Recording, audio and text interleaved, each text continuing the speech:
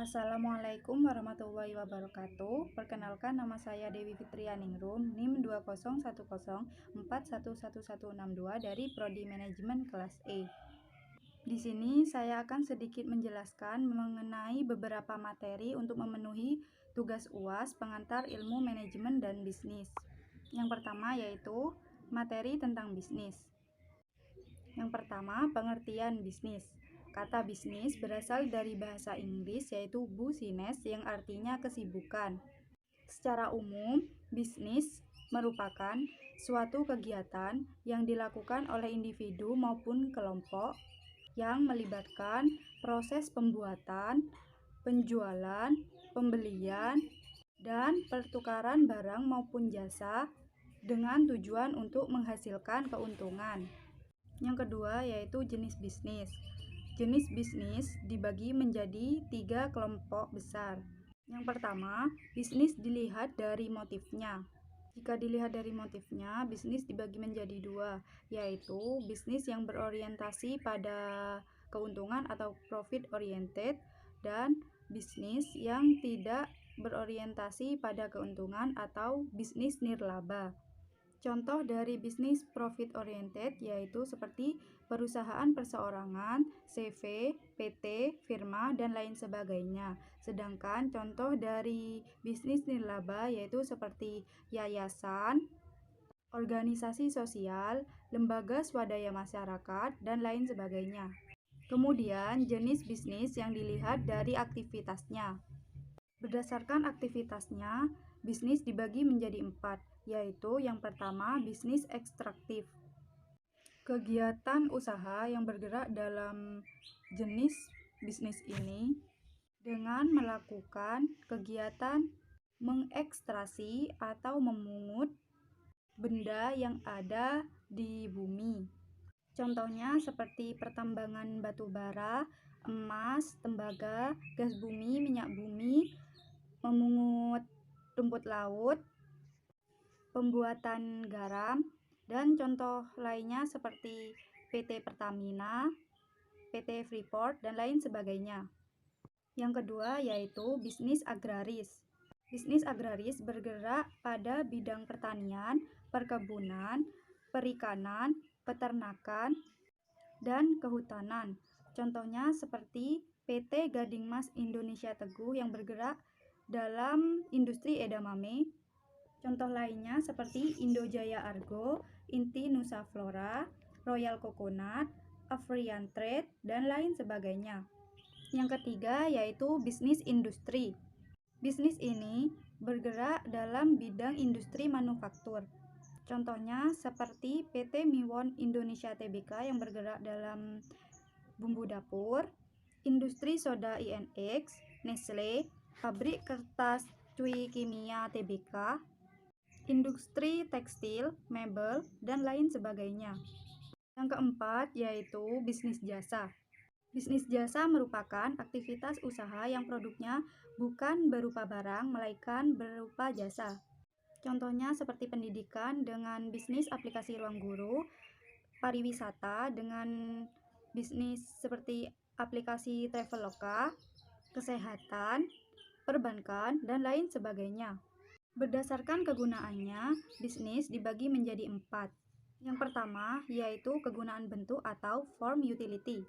Kegunaan bentuk adalah usaha yang aktivitasnya berupa proses mengubah suatu benda menjadi benda lain yang lebih bermanfaat bagi kehidupan manusia.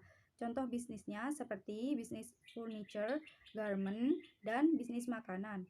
Yang kedua yaitu kegunaan tempat atau place utility. Memiliki aktivitas memindahkan barang dari suatu tempat ke tempat yang lain yang memiliki manfaat yang lebih besar.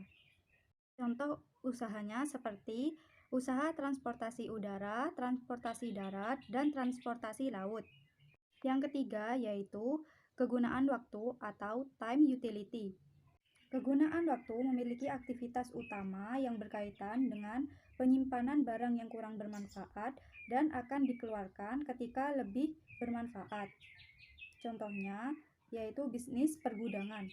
Yang terakhir yaitu kegunaan pemilik atau possession utility. bertujuan membuat atau memenuhi kegunaan kepemilikan atas suatu barang atau jasa. Contohnya, bisnis pertokoan. Kemudian materi yang kedua yaitu mengenai manajemen. Manajemen merupakan suatu seni melaksanakan dan mengatur dalam ilmu dan pengorganisasian untuk menyusun perencanaan, membangun organisasi dan pengorganisasiannya, serta melakukan pengawasan untuk mencapai tujuan yang telah ditetapkan. Kemudian, fungsi manajemen ada 4, yaitu yang pertama, fungsi perencanaan atau planning. Perencanaan adalah aktivitas strategis yang menyusun hal-hal yang akan dikerjakan dengan sumber yang dimiliki.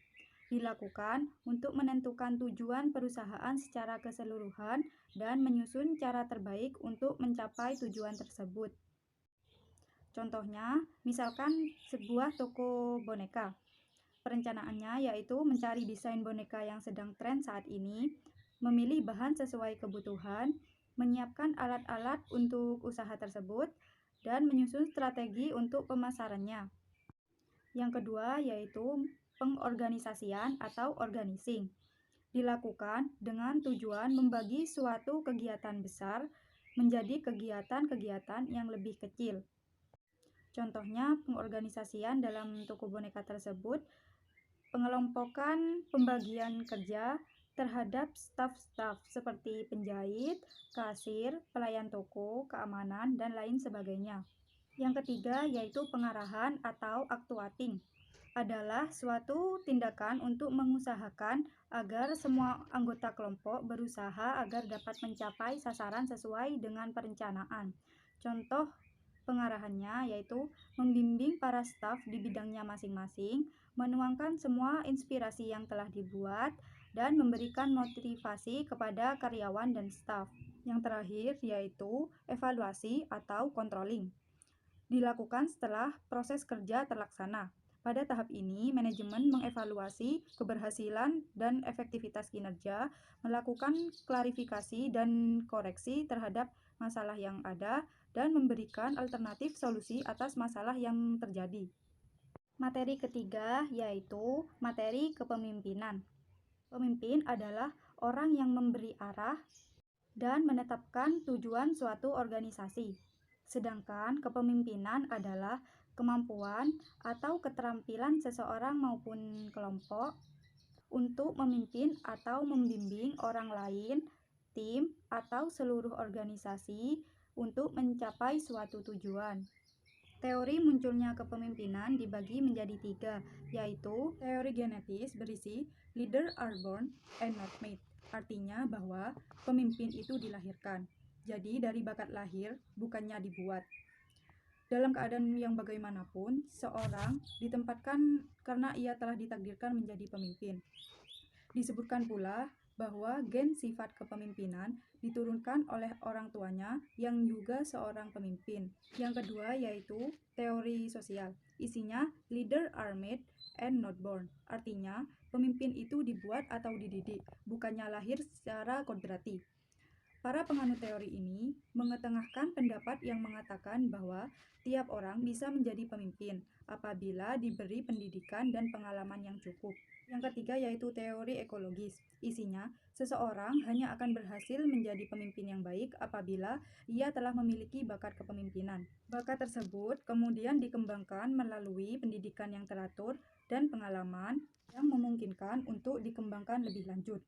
Kemudian, karakter pemimpin yang unggul menurut Cousins dan Posner tahun 1995. Ada 5 praktek dasar pemimpin yang memiliki kualitas kepemimpinan yang unggul. Pertama, pemimpin yang menantang proses. Kedua, memberikan inspirasi wawasan bersama. Ketiga, memungkinkan orang lain dapat bertindak dan berpartisipasi. Yang keempat, mampu menjadi petunjuk jalan. Yang kelima, memotivasi bawahan.